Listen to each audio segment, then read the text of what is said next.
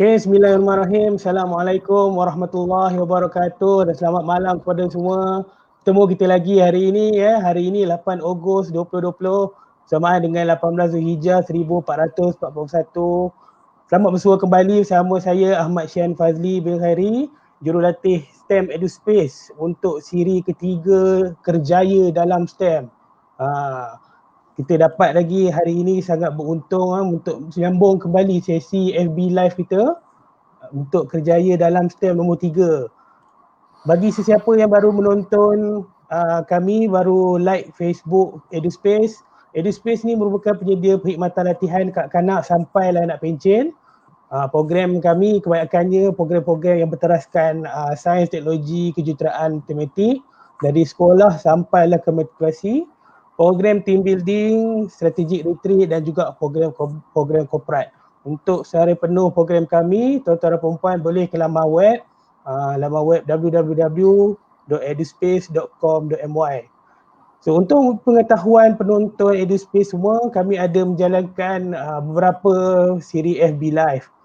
Yang pertama sekali siri dari guru ke guru, mana kita panggil guru-guru atau bekas guru, panggil berkongsi dia punya pengalaman dan juga input mengenai perkembangan dalam ilmu pendidikan sekarang ataupun dalam pendidikan STEM untuk hari ini. Yang kedua sekali, sambungan untuk kita punya Facebook Live hari ini ialah program kerjaya dalam STEM, di mana kita nak exposekan kerjaya-kerjaya yang ada dalam STEM yang mungkin 10 tahun lepas, 20 tahun lepas kita tak pernah dengar pun. Kita benda apa ni, jurutera UAV kan, kita tak pernah dengar. Ataupun nanti bila dah ada Doraemon ke apa ke pada masa depan kan, benda kerjaya tu tak ada. Mungkin dulu mak bapak kita bila kata kau kalau kau nak besar kau jadilah doktor, kalau kau nak besar kau jadilah jurutera. Sekarang tak ada. Jurutera petroleum. Ada banyak lagi cabang-cabang yang bercambah. Dan hari ini kita sangat beruntung untuk bersama saudara Akif Mohsin. Sahabat saya, saudara Akif Mohsin. Apa khabar Akif? Salam, Syahan, terima kasih. Saya sihat. Sihat Macam mana keadaan MCO kat sana? Terkawal ke macam mana dekat PJ? Akif duduk kat PJ ke? KL. Saya duduk kat Gombak tapi kat sini memang agak terkawal dan saya punya pekerjaan masih okey dan tak ada apa yang, tapi saya dengar dekat area saya mungkin ada satu kes baru. Tu saya tak tahu. Allah, saya pun terkejut juga dengar tu ayah saya bagi tahu. Itu pun saya sekarang ada di Ipoh sekarang Akif. Untuk pengetahuan Akif, memang saya asal Ipoh tapi dulu bekerja masa kita bertemu saya tengah bekerja di Kuala Lumpur. Di Ipoh pun hari Khamis dengarnya ada satu kes lagi. Mari kita sama-sama doa lah supaya kita terhindar daripada wabak-wabak ini. Kita doakan kita punya keluarga terlindung, kita punya cikgu-cikgu semua insya-Allah. Jadi pada cikgu-cikgu semua ataupun tuan-tuan dan puan-puan, selamat datang. Kita tengok kita punya topik untuk minggu ini, sains sukan kan. Ramai orang budak-budak dia, kita nak kata bukan semuanya cenderung untuk jadi engineer, bukan semuanya cenderung untuk jadi doktor. Kalau macam saya, walaupun saya minat sains, bukan saya minat semua cabang sains tu. Mungkin pemberatan saya kat belah kimia. Saya tak berapa minat sangat biologi. Jadi begitu juga adik-adik yang kat luar sana tu kan, mungkin kecenderungan dia bukan dalam bidang akademik, boleh bahagian vocational. Ataupun untuk malam ini kita ada tetamu khas untuk menceritakan, khusus untuk memberi maklumat kepada ibu-ibu, bapa-bapa, guru-guru yang mungkin ada jumpa potensi pelajar dia ni, anak dia ni dalam bidang kesukanan. Jadi saya sangat beruntung dapat saudara Akif Mohsin. Dia dulu bekas pelajar dalam bidang sains kesukanan sains sukan Akif. Sport and exercise science. Dia ada sukan dan juga senaman. Jadi ada perbezaan di situ. Jadi saya akan terangkan lebih lanjut. Sangat cantik. Daripada universiti mana tu Akif? College Universiti Tunku Abdul Rahman. Utah TUC, dia panggil TUC, Tungku Rahman University College. Tapi yang di Setapak tu yes, correct. Betul. Jadi tanpa berbuang masa kan, kita dah ada beberapa view ni. Boleh Akif ceritakan dulu kan, mungkin ada orang nak dapat gambaran penuh kan. Sains sukan ni benda apa kan? Apa benda yang dia belajar sebenarnya dalam di ijazah sains sukan ni? Silakan. Okey, sains sukan ni macam dia merupakan gabungan beberapa disiplin lah. Dia bukan selalu orang salah anggap sains sukan ni bermaksud main sukan je lah. Jadi dia ada elemen sukan di situ. Jadi dia menggunakan kaedah saintifik untuk mencari apa yang dia dikaji. Jadi sains sukan merupakan gabungan disiplin seperti fisiologi, biomekanik, coaching dari aspek human side, juga ada nutrition, pemakanan, pengurusan sains sukan. Jadi kalau nak tengok konteks yang lebih luas, bayangkan tim, contohnya yang sekarang popular tim Liverpool kan. Kita tahu pemain adalah dia punya asas, tetapi bukan sekadar pemain saja. Kita tahu ada coach, kita tahu dia ada fisioterapis, kita tahu dia ada strength and conditioning, penjelasan fizikal dia dalam gym. Ada yang di luar gym, ada yang untuk recovery, ada untuk psychologist. Jadi ada banyak tim di belakang pemain-pemain tersebut untuk membantu dalam prestasi sukan dia. Itu adalah antara maklumat sains sukan yang utama lah. Yang kedua adalah untuk senaman, untuk macam mana kita fahami bagaimana senaman dapat membantu memberi kita kecergasan dan kesihatan untuk orang awam. Jadi sains sukan selalunya ada dua cabang yang lebih penting, iaitu untuk atlet yang berprestasi tinggi, sukan yang berprestasi tinggi, dan juga untuk orang awam, untuk kita sekadar menjadi sihat. Itu adalah sains sukan. Sains sukan dia agak luas, dia punya tetapi dia ada banyak cabang. Kalau macam dalam pengajian Akif masa di universiti dulu, boleh ceritakan sikit struktur pembelajaran berapa tahun, jadi apa subjek yang dalam tu sebenarnya. Jadi kalau nak masuk macam adik-adik kita ni perlu minat subjek apa untuk masuk untuk belajar ni? Okey, ni soalan yang bagus sebab kebanyakan orang yang masuk sains sukan, bukan kebanyakan, setengah orang dia tak tahu yang bahawa sains sukan ni adalah antara menggunakan kaedah saintifik. Jadi mereka tak expect ada subjek statistik, dia tak expect ada sains. So ni ada perlu tahu lah, sebab bila anda masuk ada benda sains saja, dia ada elemen statistik, dia ada elemen matematik, dia ada elemen fizik, ada elemen biologi. Jadi benda ni at least kena ada basic untuk membuatkan proses tu lebih senang. Just ada expectation lah, jangan masuk main bola, main rugby. Itulah tu. Salah faham.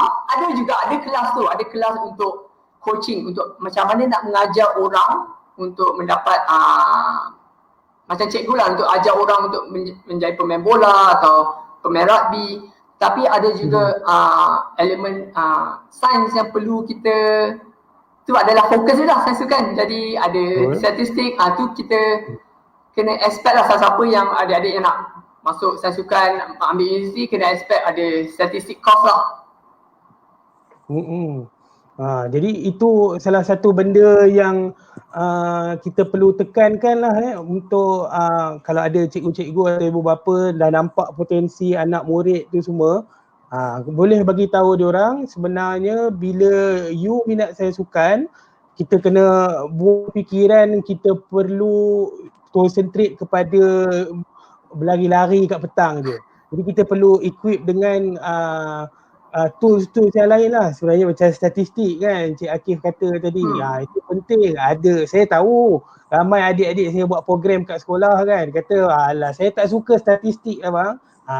Tapi jaga-jaga, nanti statistik tu dia akan menghantui. Tapi sebenarnya kita pergi mana-mana bidang pun ada statistiknya. Dalam education pun ada statistik dia, insya-Allah kan.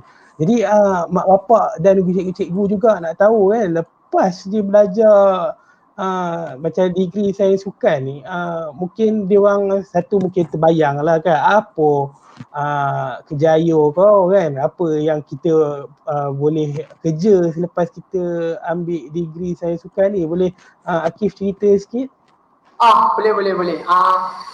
Sains sukan bila sebagai graduan sains sukan, bila anda sudah habis belajar degree sains sukan, anda boleh ada pelbagai kejayaan yang boleh diceburi.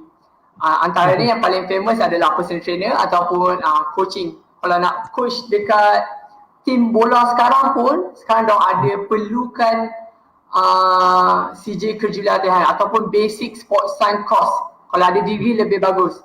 Jadi dia nak tahu yang coach ni ada faham asas saintifik untuk memberi latihan program kepada dia punya athletes. Tu antara yang paling famous lah, personal trainer dengan coaching kejurulatihan. Ada juga untuk fisioterapis. Tetapi fisioterapis ni selalunya perlu ambil extra sijil. So jadi degree sains sukan saja tak cukup untuk jadi fisioterapis. Dia serve as a asas, tetapi perlu mengambil sijil, extra sijil untuk menjadi fisioterapis. Sama juga dengan sport psychologist. Dan yang antara yang paling famous juga sport management. Okay, banyak universiti tawarkan sport management untuk handle seperti yang saya cakap tadi, tim Liverpool dah ada manager ke atas kan yang perlu kawal semua financial, player punya kebajikan, semua tu ada orang yang perlu manage. Ini adalah antara sport management lah.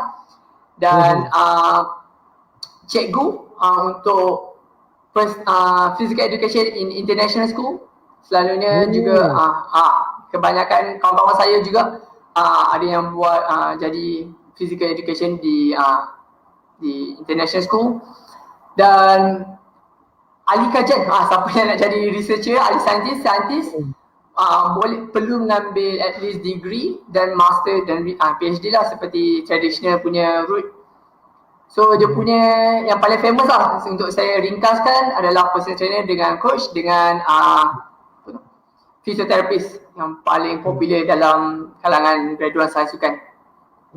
Kalau macam Encik Akif sendiri sekarang bekerja sebagai apa tu? Saya sekarang bekerja sebagai personal trainer di company yang namakan Fitness Achievers. Sebenarnya company saya beza sikit sebab kita memberi training tu rumah ke rumah orang. So selalunya semua orang tahu cara nak kurangkan berat badan. Semua orang tahu, tak kisahlah ada latar belakang sukan atau tidak, semua orang tahu. Perlu jaga makanan, perlu bersenam. Tetapi kenapa tidak boleh buat juga kan? So antara dia adalah kita nak kurangkan barrier yang membuatkan orang kasih alasan penat ke apa ke ataupun tak ada motivasi. Kita datang kat tempat dia, kita suruh dia bersenam. So itu adalah kerja saya dan job scope saya lah. Job scope saya juga agak luas. Antaranya saya perlu membuat analisa juga sebab kita sekarang ada orang kata coach senang je kerja. Klien datang, atlet datang, just kasih dia punya program terus buat. Tetapi sebenarnya sekarang dengan lebih ada asas saintifik, kita perlu membuat analisa kecederaan yang lalu, physical mental dia, adakah dia seorang yang aktif atau tidak, apakah pengalaman dia. Sebab kita tak boleh latih seseorang seperti kita latih seseorang atlet. Sebab mereka mempunyai mentality, mindset yang berlainan. Kita kena faham latar belakang orang. Okay? Saya tak boleh paksa semua orang bersenam. Ada yang motivated, ada yang tak. Jadi kita perlu faham sebelum kita kasih je program tu ke orang nak buat senaman ni. Apa yang senaman yang bagus, makanan apa yang perlu dia makan. Jadi itu adalah antara job scope saya. Analisis seseorang dan juga memberi program tu lah. Dan selain tu saya perlu pastikan mereka dalam track untuk apa sahaja maklumat yang diorang tetapkan dalam fitness diorang. Jadi kalau saya boleh rangkumkan semula, kerjaya sebagai graduan sains sukan ni, kita boleh tengok kalau macam orang nak lebih secure sikit, dia pergi ke bidang kerajaan lah kan. Ataupun jadi coach macam sepupu saya sendiri, dia seorang jurulatih untuk atlet angkat berat di ISN. Dia alhamdulillah ada membawa pingat emas untuk atlet untuk atlet angkat berat Paralimpik di Doha tahun lepas. Tapi sekarang dia orang tengah intense lah untuk train semula untuk kejar Tokyo 2021 ke 2020 lagi ke 2021? 2021 kan. Kemudian yang dalam kerajaan tu juga kalau macam mak saya sendiri, dia ada join program bersenam dekat klinik. Jadi program-program yang dilakukan oleh jurulatih kat klinik-klinik kesihatan KKM tu pun memerlukan graduan sains sukan juga. Jadi bukan nak kata sebenarnya graduan sains sukan ni dia bukan tak ada kejaya. Sebenarnya ada kejaya tu. Mungkin yang kedua pula kalau kita boleh rangkum kan, kalau swasta kita boleh tengok macam Encik Akif sendiri lah kan. Dia punya syarikatnya menyelesaikan masalah. Mungkin kalau kita buat senaman sendiri tu mungkin tak ada motivasi. Macam saya sendirilah daripada 2008 kata je nak kurus, rupanya macam ni tahun 2020 rasa dia 12 tahun dah kan. Ini dah MCO, kehidupan sedentary, jadilah lebih daripada 100 kilo kan. Jadi mungkin kita harap jugalah ada bisnes macam ni kembang di Ipoh lagi kan. Jadi itu mungkin daripada sudut gig ekonomi lah bila ada klien mungkin kita ada permintaan, betul tak? Betul. Jadi kita sambung lagi mengenai peluang kerja untuk graduan sains sukan kat Malaysia ni kan. Kalau pengamatan Encik Akif sendiri lah kan, ada ke sebenarnya peluang kerja ni sebenarnya ke macam mana? Peluang kerja sebagai graduan sport science memang ada. Kita pekerjaan agak banyak, terutama sekali dalam personal trainer, coaching, jurulatih memang banyak, tetapi untuk mendapat dream job tu, kerja impian yang agak terhad. Contohnya nak bekerja di ISN, Institut Sukan Negara. Posisi di situ amat terhad. Dia perlu tengok latar belakang, qualification, sejauh mana pernah ada berlatih dengan atlet ke tidak. Jadi itu amat terhad kerja dia. Mungkin boleh ambil dekat Majlis Sukan Negeri, boleh mula dari situ dan perlahan-lahan pergi ke Institut Sukan Negara. Bila kita masuk Institut Sukan Negara tu, kita latih kebanyakan atlet antara yang baru nak menjadi ataupun yang sudah pengalaman, yang tim hoki ada di situ. So itu adalah pusat sains sukan. Sebab saya pernah intern di sana dahulu, memang saya happy lah. Semua atlet yang kamu nak ajar ada di situ. Tetapi itu posisi dia amat terhad. Okay. Dan kalau nak kerja personal trainer, dia lebih luas dan lebih banyak peluang untuk menjadi personal trainer, jurulatih. Sebab jurulatih di kelab-kelab bola sepak Malaysia perlukan graduan sains sukan ataupun kelab-kelab kanak-kanak perlukan graduan sains sukan, kerana macam mana kita nak perbaiki kita punya prestasi sebagai negara. Niat adalah aspek sukan bagi atlet. Macam mana kita nak improve kalau kita tak improve kita punya anak-anak. So kita perlu ajar anak-anak kita macam mana untuk training dengan lebih efektif waktu usia muda untuk menjadi atlet yang lebih bagus bila mereka bersari. Jadi graduan sains sukan amat diperlukan dalam sektor ni. Sebab sekarang kita ada banyak coach yang bukan kata pengalaman dia tak bagus, tetapi hanya sebagai macam old school mentality lah. Saya faham kerana benda tu agak bagus, old school mentality. Tetapi kita perlu gabungkan old school mentality dengan juga scientific, kaedah scientific. Jadi lebih efektif dan lebih optimal untuk atlet kita. Nah, itu penggunaan knowledge yang bagus kan sebenarnya. Dia salah satu cabang applied science kan. Dia terus boleh nampak immediate effect apa yang kita kaji tu, keluar paper, okay ini result dia. Itu satu applied science lah kita panggil kan. Dia bukannya science macam natural science ataupun pure science yang dibuat kat lab-lab tu kan. Jadi bertepatan pula. Ya, sila teruskan. Sini pun ada satu isu atau masalah yang saya observe kan di negara kita. Setengah saintis atau ahli kajian dia terlalu lama sangat di dalam makmal sehingga terlupa macam mana real world berfungsi, macam mana dunia ada. Jadi kita tak ada bridge yang kukuh, jambatan yang kukuh untuk daripada kajian dengan real world application dalam di atas padang semua. Jadi memang kita ada kekurangan gap tu lah. Jadi ada satu pihak ikut je emosi macam mana latih. Satu pihak scientific saja. Jadi tak ada bridge untuk gap kedua-dua tu. So itu pun antara sepatutnya fungsi antara gaduhan sains sukan untuk gabungkan jambatan tu lah. Itu saya sangat setuju lah dengan Encik Akif bahawa dekat Malaysia ni dia kurang kita panggil evidence based practice. Jadi kita kata macam perubatan contohnya kan, doktor-doktor di KKM alhamdulillah kebanyakannya banyak yang kita mengikut evidence based. Bukan dia orang kata ubat-ubatan tu 100% berkesan, tapi ini buktinya, dia kemukakanlah buktinya kan.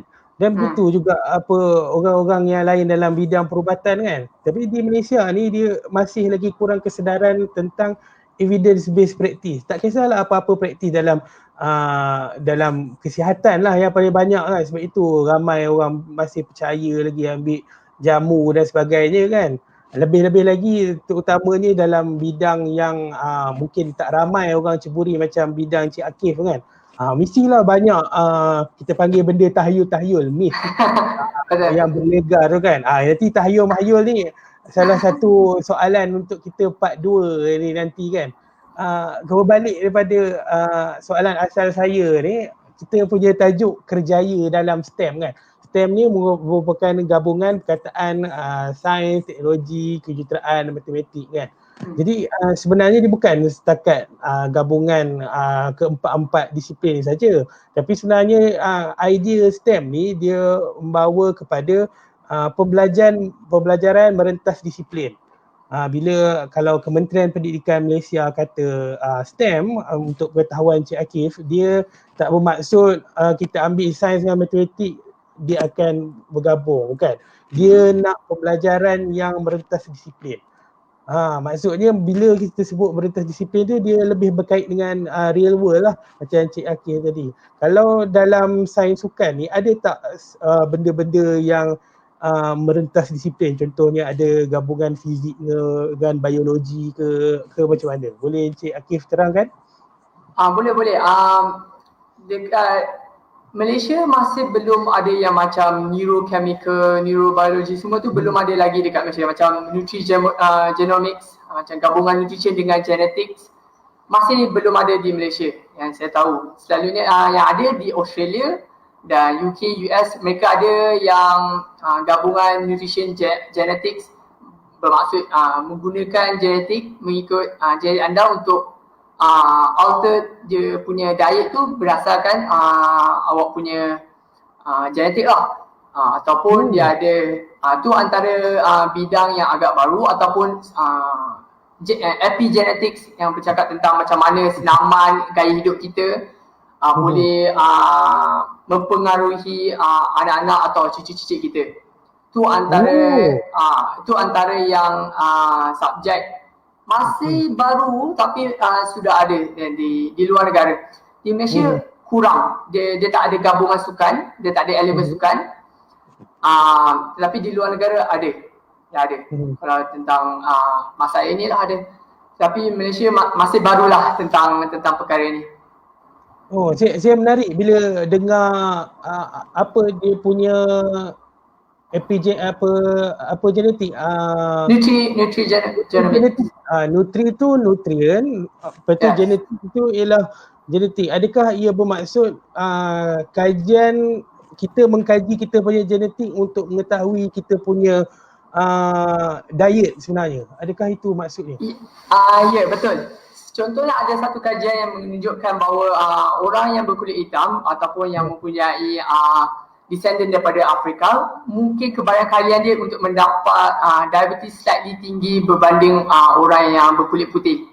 Okey, bila mereka tahu ni, mereka cuba membuat diet yang kurang karbohidrat dan slightly tinggi lemak untuk orang yang orang berkulit hitam. Jadi mereka dapati mereka lebih berfungsi dengan lebih efektif antara nampak badan yang sihat dan cergas dan dia dalam sport dia lebih efektif.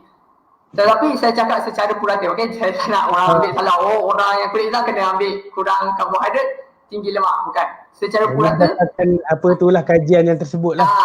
Dan diorang dapati orang yang berkulit putih lebih, bila dia makan karbohidrat tinggi, dia lebih efektif dalam sukan dia lebih produktif.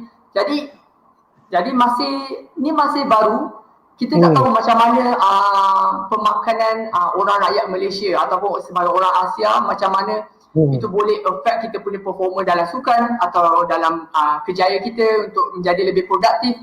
Sebab saya okey, ni adalah anekdotal lah sebab pengalaman saya tak boleh makan karbohidrat tinggi yang seperti kebanyakan atlet makan. Selalunya atlet makan karbohidrat tinggi. Saya makan kurangkan karbohidrat, tinggikan lemak, saya dapatkan lebih optimal untuk saya. Okey. So jadi itu di situ ada individu ataupun genetic differences yang boleh kita observe. Setiap orang ada mungkin setiap bangsa ataupun setiap orang mempunyai respon yang berbeza dalam diet mereka. So itu adalah bidang disiplin yang agak menarik. So saya harap Malaysia pun ada bidang itu di masa depan nanti atau sekarang pun. Bukan Encik Akif ni rasa menarik, saya pun rasa menarik kan. Sebab kajian genetik ni dah dikaji selama abad, boleh kata 100 tahun juga kan.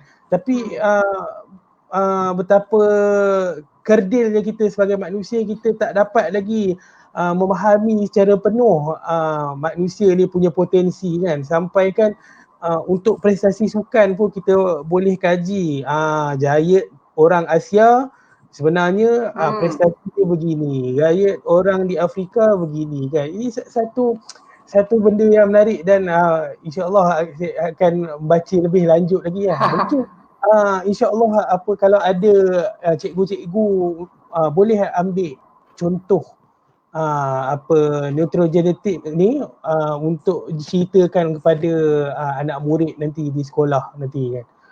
Jadi begitulah kita punya part pertama kepada kita punya sesi FB Live ni. Part kedua ni ialah kita lebih kepada soalan sains sukan dengan Encik Akif sendirilah. Jadi saya nak tahu apa yang menyebabkan Encik Akif berminat untuk belajar dalam bidang sukan dan bekerja dalam bidang sama, bukan bidang-bidang lain. Okey, latar belakang dia, cerita dia agak panjang sebab memang latar belakang saya memang involved dengan sukan. Saya mula dengan main bola di sekolah. Ayah saya hantar saya pergi main bola setiap minggu di kelab bola sepak. Dan bila saya form 1, saya sudah bermain rugby. Ayah saya hantar lagi kelab rugby di luar setiap minggu. Jadi memang zaman kanak-kanak saya dipenuhi dengan sukan. So saya memang ada bias terhadap sukan. Tapi bila umur saya 14 tahun, tingkatan 2, saya dapati bahawa sekolah saya ada subjek sains sukan. So saya masa tu saya masih bertanya apa yang saya bagus. Saya tahu saya bagus dekat sukan, tapi apa yang saya boleh buat dengan skill saya. Jadi saya dapat tahu sekolah saya ada sains sukan. Bila saya tingkatan 4 saya nak ambil subjek tu, saya dapati bahawa sekolah saya telah tamatkan subjek tu sebab peratusan murid-murid yang gagal agak tinggi. Kerana yang masuk hanyalah budak yang main sukan. Jadi diorang tak expect ada elemen sains, kena belajar pasal anatomi, fisiologi. Diorang tak expect benda tu. Betul. Okay. So, tapi masa tu saya nak belajar, saya rasa agak kecewa kenapa saya nak belajar benda tu tapi subjek tu telah ditamatkan. Saya kena pergi jumpa pengetua, saya kena jumpa cikgu sains sukan macam mana nak buat balik kelas ni, kembalikan kelas sains sukan di sekolah saya, St. John. So saya ulang alik ke bilik pengetua sampai bulan 7. Dari awal tahun hingga bulan 7. 7 bulan saya ulang alik. Akhirnya pengetua benarkan selepas saya dapat tangani tanda tangan daripada 10 murid lain. Dan 10 murid lain adalah kawan saya yang saya rasa kesian dekat saya kot. Sebab dia orang sign, okeylah aku join. Dan akhir sekali SPM hanya 5 atau 7 orang saja yang ambil sains sukan. So saya ada latar belakang sains sukan dari sekolah menengah lagi. Bila saya habis, saya dah tahu ni adalah saya nak buat. Saya masuk Tunku Abdul Rahman University College untuk belajar sains sukan. Dari situ saya dapati sains sukan ni lebih luas daripada apa yang saya sangka daripada saya belajar di sekolah menengah. Ada fisiologi, saya memang tertarik dengan fisiologi, macam mana badan kita berfungsi. Dan saya dapat tahu masa saya masuk degree, saya kena buat research, kena buat kajian tentang caffeine, macam mana caffeine memberi performance effect dekat kita punya mental, dekat kita punya physical. So dan saya buat intern dekat ISN, Institut Sukan Negara. Saya dapat semua pengalaman untuk menjadi untuk tahu sains sukan. Jadi memang saya minat lah sains sukan tu dari awal. Saya bias lah tapi Saya nampak daripada sekolah tu, adakah sebenarnya cikgu sains sukan tu sendiri yang buatkan subjek tu jadi menarik, Cik Akif? Yes, namanya Cikgu Roslan. Memang dia buat kelas tu nampak menarik sebab dia juga merupakan antara cikgu yang tolong kelab rugby yang juga saya main. So saya ada hubungan yang amat baik dengan cikgu. Jadi cikgu tu antara peranan yang penting lah untuk memberi mendidik minat kepada saya dan kawan-kawan saya yang ingin mengambil sains sukan. Peranan cikgu tu amat penting lah. Kalau cikgu tu tak ajar tak betul, memang mungkin saya pun tak continue ambil sains sukan. Alhamdulillah, ini salah satu nilai yang kami di EduSpace pegang sebenarnya bila sebenarnya kehebatan satu cikgu tu kan, menyampaikan dia punya ilmu tu, dia mampu memberi aura yang berlipat ganda. Dia seperti menanam pokok, mula daripada benih yang kecil, yang benih tu jadi batang, batang tu jadi ranting, ranting tu jadi ranting lebih kecil, lepas tu dia akan makin besar. Macam saya di sekolah dulu, Akif, sekolah saya memang sedikit exam oriented kan, baru macam masa tu baru dapat sekolah kluster. Jadi untuk mengekalkan nama baik tu, memang sebenarnya daripada form 1, PJ tu sebenarnya semata-mata main bola. Tapi bila masuk tingkatan 4, di mana kita panggil holiday year kan, honeymoon year, tenang je, dapat fasa ada satu cikgu bahasa Inggeris tu, nama dia Sir Rosli. Dia tak pernah mengajar PJ pun, tapi dia tiba-tiba sangat bersemangat untuk mengajar PJ. Dia ajar burpee lah, macam mana dia ada buat base to base punya aktiviti. Jadi itulah saya rasa satu dalam 5 tahun saya dekat sekolah menengah, aktiviti PJ yang paling bermakna dalam hidup saya. Yang lain tu daripada form 1 sampai form 5 tu, cikgu kata baling bola kat tengah, siapa tak pakai kasut kena marah. Pukul 8.45 cikgu balik, semua balik. Macam tu je lah. Okay, itu PJ. Tapi sebenarnya cikgu boleh gunakan potensi bila pendidikan jasmani tu, sains sukan tu, untuk tap potential pada murid-murid ni kan. Mungkin tak semua orang cenderung kepada sains, tak cenderung kepada keagamaan kan. Kalau ini boleh laluan, nampak ini ada testimoni macam Cik Akif sendiri sudah dalam bidang kerjaya sains sukan kan. Ini salah satu contoh yang patut kita contohi. Cikgu Roslan kan nama Cikgu Roslan lah. Cikgu Roslan, harap kalau ada Cikgu Roslan di sini, saya sendiri ingin mengucapkan tahniah kepada cikgu. Inilah testimoni, inilah living example di mana kalau kita mengajar melalui tauladan, kita akan dapat macam ni kan. Jadi selesai perkara cikgu tu, ini satu soalan yang sangat panas lah. Ini memang saya sengaja tanyakan Encik Akif sebenarnya kan, soalan yang sangat panas. Kita orang Malaysia ni daripada sebelum PKP, betul time PKP, sekarang macam nak PKP nak habis, nak ada COVID pula balik. Dia asyik benda tu je dia tanya kan. Orang Malaysia asyik tanya, yang senaman penting ke diet penting? Dia kata apa sebenarnya sains kata Cik Akif? Okay, short answer, jawapan yang pendek, dua-dua penting. Tapi saya explain, kalau kita nak hanya pentingkan penurunan berat badan, hanya untuk turunkan berat badan, diet yang penting. Tetapi kalau diet saja, kita kawal diet saja, kita boleh kurangkan kita punya berat badan, kita punya lemak dan juga kita punya otot. Tu benda yang kita tak nak. Jadi kalau katakanlah saya patut makan 2000 kalori, saya makan 1000 kalori setiap hari. Jadi saya akan kurang berat badan. Tetapi kita tak dapat berhentikan kehilangan otot-otot kita. Sebab kita tak buat latihan, kita tak buat senaman. Itu adalah kunci ataupun key utama kenapa kita perlu bersenam. Okay, kenapa senaman dengan diet penting? Diet lebih mudah kita untuk kurangkan berat badan melalui diet.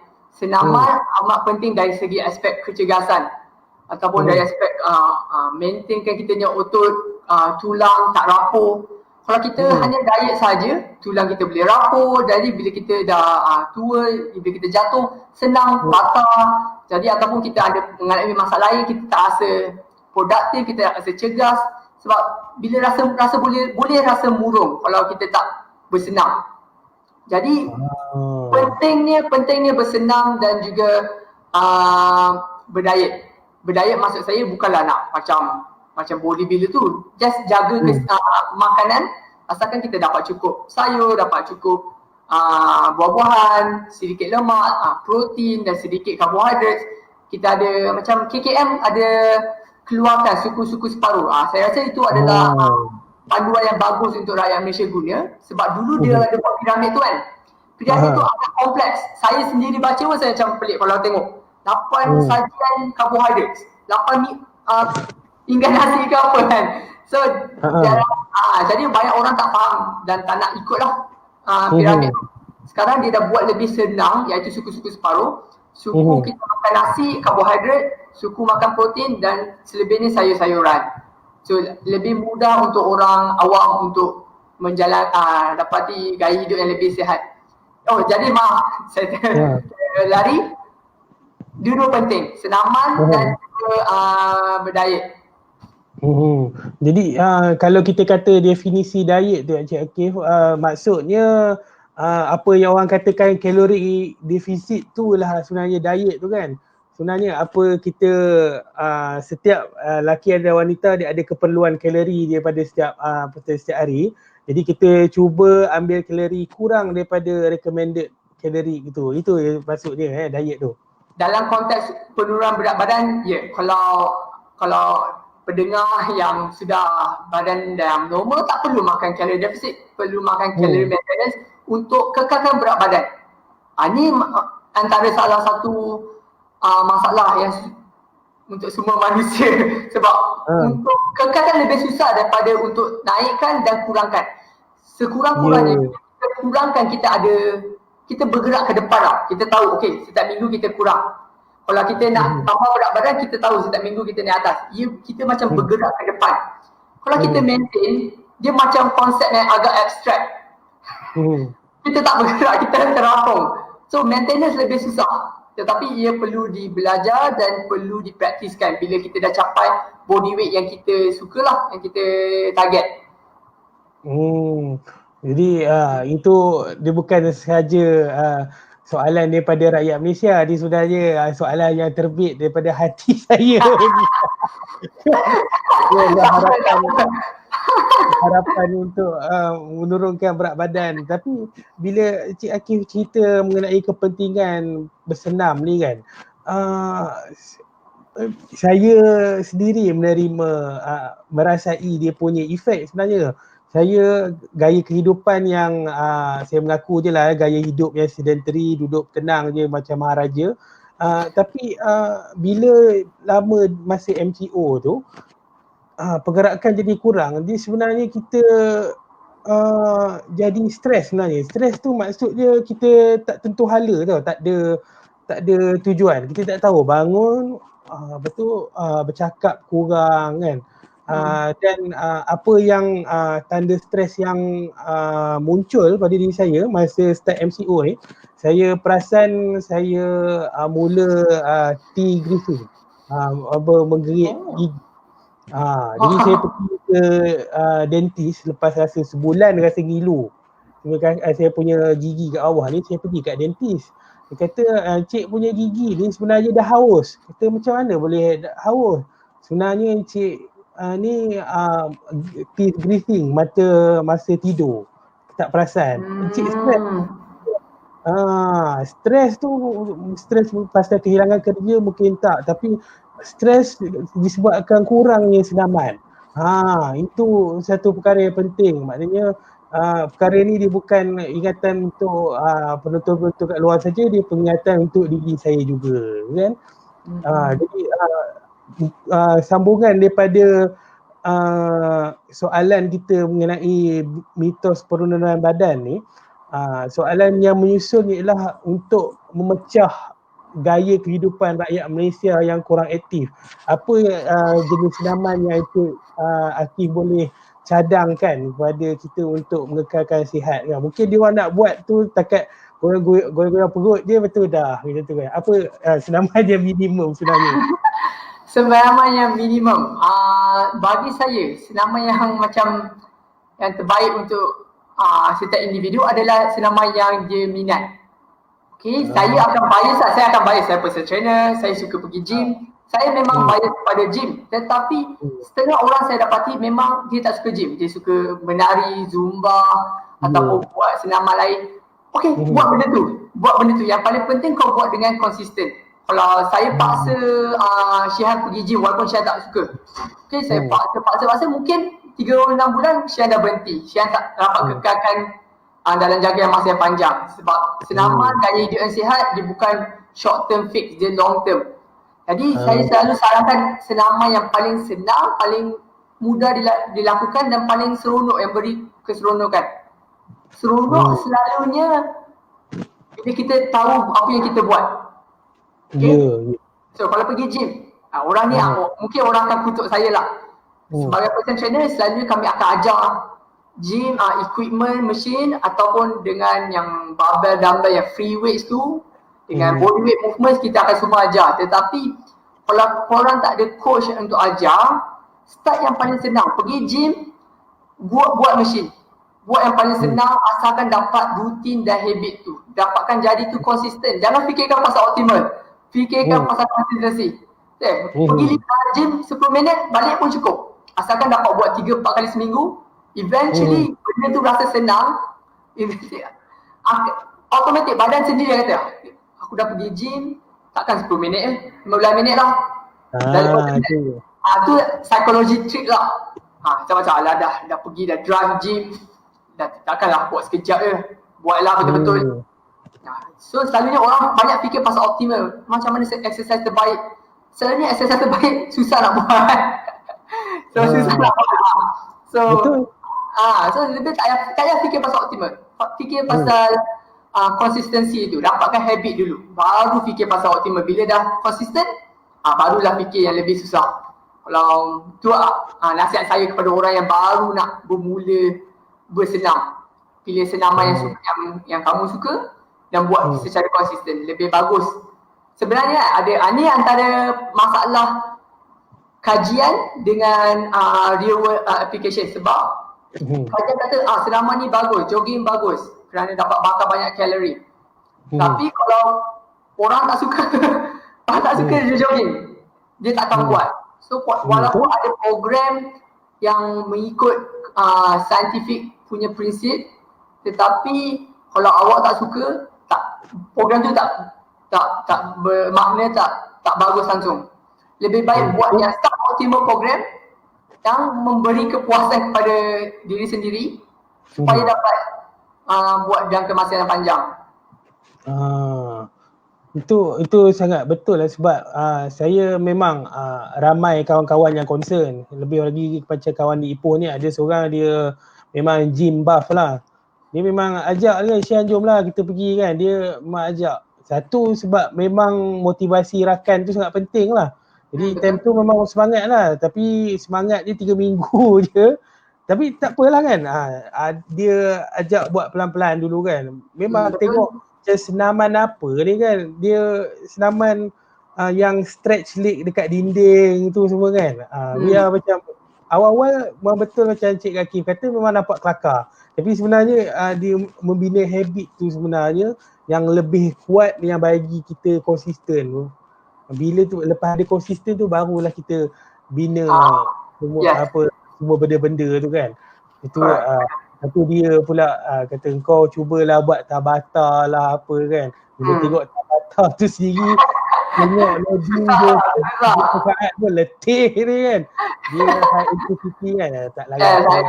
Selalu saya ada klien yang dia datang kat saya, dia nak kuat.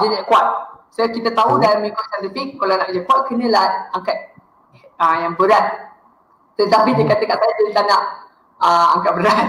Tetapi dia juga kata dia nak kurangkan berat badan tapi tak nak buat cardio. So dia punya statement jadi bila saya tahu ni, saya tak kata tak bagus lah sebab saya faham dia latar belakang dia tak faham tentang saya sukan. Saya tahan buat pelan-pelan je. Tetapi dia dapat buat dengan konsisten. Benda tu mungkin tak optimal. Kalau personal trainer lain, kenapa buat macam ni? Macam tak optimal je, macam membazir masa. Tapi saya nak buat, dia suka kat gym dulu. Suka senaman dulu. Sekarang dia dah boleh buat konsisten, tanpa saya pun dia boleh buat sendiri. Dan dia dah kurang dalam 1 tahun setengah, dia dapat kurangkan 10 kg dalam 1 tahun setengah. Dia jaga sebab dia buat yang benda yang dia suka. Dia buat yoga, dia buat senaman sikit-sikit je. Kita tak agresif pun. So kira bergantung kepada individu yang tersebut lah. Kita tak boleh hentam dia dekat gym sampai dia terus give up, tak nak lah buat sini, macam susah je. Ingatkan pengalaman saya sendiri lah bila di Petroscience dulu, di akhir-akhir saya di Petroscience dulu, saya masuk tim Science Festival. Lepas tu ada menari flash mob kan, belajar menari Korea kan. Cuba bayangkan yang badan macam ni menari Korea kan. Kami ada masa dalam 10 hari je untuk belajar step tu. Tapi dia 4 minit setengah je. InsyaAllah lah boleh lah. Dalam masa 10-15 hari lah 2 minggu lebih saya turun 2 kilo. Secara kita tak sedar. Sebab kawan-kawan pun semua jadi melawak kan, dia support kan. Bukan macam ni, buat macam ni kan, buat ramai-ramai, salah ramai-ramai, kutuk ramai-ramai. Benda tu jadi seronok, kita terlupa. Bila timbang berat, betul lah turun 2 kilo. Betul. Tu, bila dah seronok benda tu orang tak fikir dah. Sebab itu kita boleh tengok trend sedaman sekarang dia bukan setakat orang nak pergi gym. Dia dah tukar pergi macam makcik-makcik Zumba kan. Saya happy kan. Betul. Naikkan kita punya dopamin kan. Kita happy semua kan. Jadi begitulah dia. Ada pengalaman sendiri dan juga pengalaman Encik Akif sendiri. Hampir tiba kita di hujung kita punya FB Live. Saya difahamkan Encik Akif ada sangat aktif di ruangan Instagram juga YouTube. Kita boleh share sikit tak apa konten-konten yang ada dekat channel YouTube Encik Akif? Okay. Channel YouTube saya buat semasa MCO dulu sebab start dekat rumah, jadi saya agak boring. Saya cuba share atau kongsikan ilmu yang saya pelajari dan bidang saya sukan dan cuba buat dalam bentuk video. Okay, ini saya pun tengah memberi sedikit eksperimen lah macam mana saya buat video semua tu. Saya masih baru belajar, tetapi saya buat konteks selalu bergantung pada saya sukan tetapi lebih luas, bukan untuk atlet saja, bukan untuk general population dia ada dua-dua. Selalunya saya nak tunjukkan senaman tu seronok. Saya nak juga kasih satu sudut ilmu yang tak banyak orang tahu. Jadi macam kononnya pasal starvation, pasal orang yang tak ada makanan. Antara salah satunya saya nak cuba convey the message that setengah orang, saya rasa kan, sains, mengikut saya, Karl Popper mengatakan sains tu, definition sains tu, the approximation of truth. Okay, dia tak truth, dia bukan truth, dia approximation of truth. Dia constantly kena cari kebenaran tu. Jadi selalunya bila saya nak kasih pendapat saya selalu beri konteks dahulu. Sebab saya tak tahu konteks saya mungkin lain. Yes, saya sebagai personal trainer, saya alhamdulillah saya ada rumah, saya ada makanan, saya boleh bersenam 3-5 kali seminggu, kerja saya okey. Tapi cuba bayangkan orang yang berada sosioekonomi yang lain, yang kena kerja dua kerja setiap hari. Macam mana saya nak tengok depan mata mereka dan kata, awak perlu bersenam 5 kali seminggu. Saya rasa itu macam agak insult kepada orang. Saya selalu bergantung kepada konteks. Dan saya nak semua orang berfikir, menggunakan fikiran mereka sendiri, macam mana nak guna ilmu ni berdasarkan konteks yang saya alami. So, itu antara yang message yang saya nak apply dalam YouTube channel saya lah. Fikir sendiri bergantung kepada konteks. Selalunya jawapannya dalam video saya, selalu saya tak akan kasih jawapan A atau B. Saya kasih it depends, bergantung kepada situasi yang orang tu lalui. So saya cuba kasih jawapan yang objektif A and B, pilih bergantung kepada situasi yang orang alami. Itu satu pendekatan yang baik lah sebenarnya kan. Saya sangat berminat bila Cik Akif cakap pasal sains ni kan. Itu salah satu perkara mengenai sains yang kita tak belajar kat sekolah.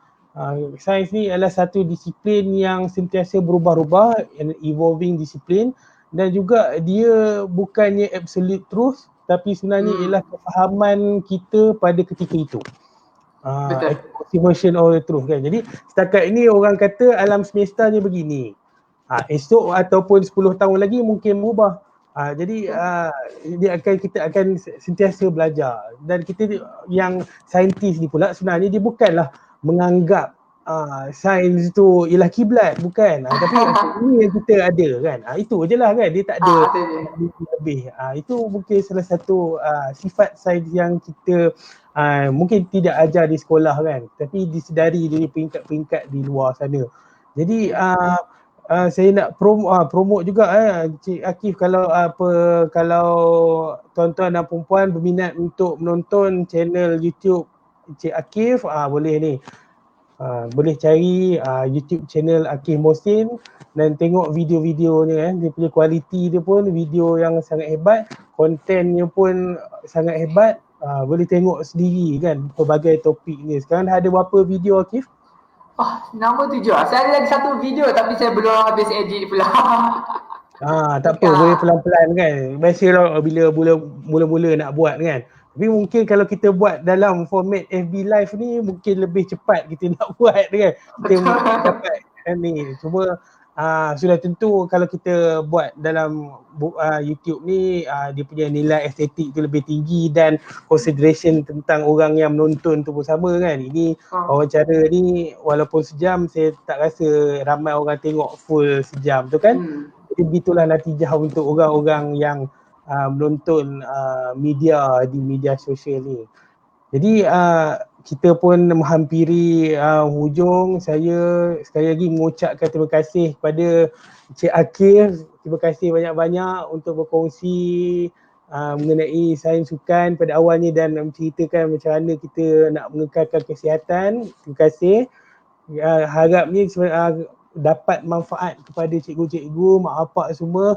Tahulah sebenarnya sains sukan tu apa dan apa potensi dia semua. Sebenarnya sains sukan ni dia boleh pergi jauh dan boleh membawa anak-anak murid, anak-anak kita pergi lebih jauh.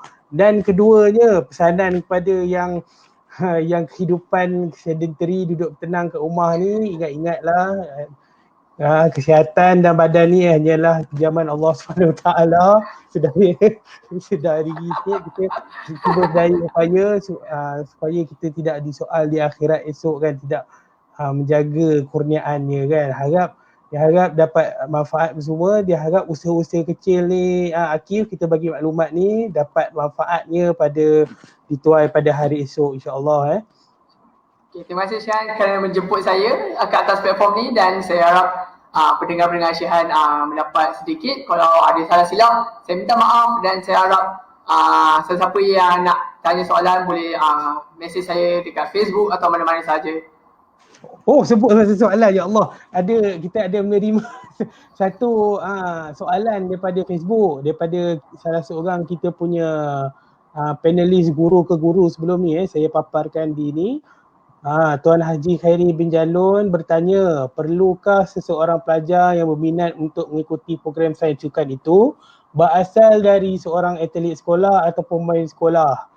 Sebenarnya ke ataupun orang lain pun boleh. Apa jawapan lagi? Orang lain pun boleh, sebab tak semestinya atlet tu dia macam embody sukan. Atlet tu embody sukan, tetapi dia tak perlu faham. Dia bagus, kelebihan dia untuk faham, tetapi kerja dia untuk membuat sukan itu tersebut. Tetapi dia tak semestinya perlu jadi atlet ataupun pemain sekolah, sebab critical thinking kadang-kadang orang yang tak ada latar belakang seperti Alex Ferguson, saya guna contoh dia. Alex Ferguson sebagai manager, dia tak ada pun latar belakang sebagai atlet yang bagus apa, tapi dia boleh manage team. So sama juga kalau nak jadi sport scientist dekat Malaysia, tak perlu pun jadi atlet. Mungkin boleh bantu tentang mendapat insight, dapat tahu macam mana atlet berfikir dengan cara atlet lalui. Dan tetapi untuk menjadi sport scientist ataupun fisioterapis, ia tak diperlukan. Dia bukanlah wajib jadi atlet baru nak masuk sains sukan, tak perlu. Jadi sebelum kita akhiri kita punya program, izinkan saya untuk share mengenai program EduSpace pada masa depan. InsyaAllah untuk cikgu-cikgu semua, berita baik. Kita akan menjalankan satu program khusus untuk guru-guru di Perak. InsyaAllah pada 15 Ogos 2020, hari inilah hari Sabtu, minggu depan, kita akan mengadakan bengkel design thinking dalam pendidikan STEM dan penciptakan 3D dengan kerjasama Digital Perak dan juga di sebuah agensi di bawah Kerajaan Negeri Perak. Dia akan kita akan bekerjasama dengan Digital Perak. Pagi pukul 9 pagi sampai 1 tengah hari, insyaAllah kita akan melaksanakan bengkel design thinking dalam pendidikan STEM. Dan pukul 2.30 sampai 4.30, pukul 2 sampai 4.30 kita akan jalankan bengkel cetakan 3D. Kalau nak tahu tuan-tuan dan puan-puan, Digital Perak ni ialah salah satu dia membantu frontliner yang berada di Ipoh untuk memberi face shield cetakan 3D untuk frontliner di sekitar Perak ni. Jadi sangat beruntunglah untuk tuan-tuan dan puan-puan, cikgu-cikgu lah terutamanya datang belajar bengkel cetakan 3D ni bersama mereka, dan bengkel design thinking ni akan dikendalikan oleh saya. Nanti kalau nak jumpa saya, insya-Allah boleh bersama saya. InsyaAllah terima kasih kepada penonton-penonton kita, Tuan Haji Khairi bin Jalun, ada Zahidah Abdul Rahim, ada Cikgu Goh pun ada, Cikgu Goh, Eza Jalani, terima kasih banyak-banyak. Kita punya program kotak soalan EduSpace masih lagi berlangsung. Program kotak soalan EduSpace ni platform untuk para guru ataupun ibu bapa menghantar soalan-soalan sains ganjil ataupun luar silibus ataupun hebat sangat yang datang daripada anak-anak murid mereka kepada kami. Kita ada network untuk network sains enthusiast, minat sains lebih daripada 80 orang yang terdiri daripada latar belakang sains, ada yang masters, PhD, ada yang profesor pun ada. Kalau saya tak dapat jawab, kita akan hantar ke kepakaran tu, insya-Allah kita cuba jawab. Teruskan bersama kami, klik like dan follow page EduSpace, share video ni kepada rakan-rakan, share maklumat ni kepada anak murid anda jika anda rasa bermanfaat. Sekian, wabillahi taufiq wa hidayah. Assalamualaikum warahmatullahi wabarakatuh. Terima kasih.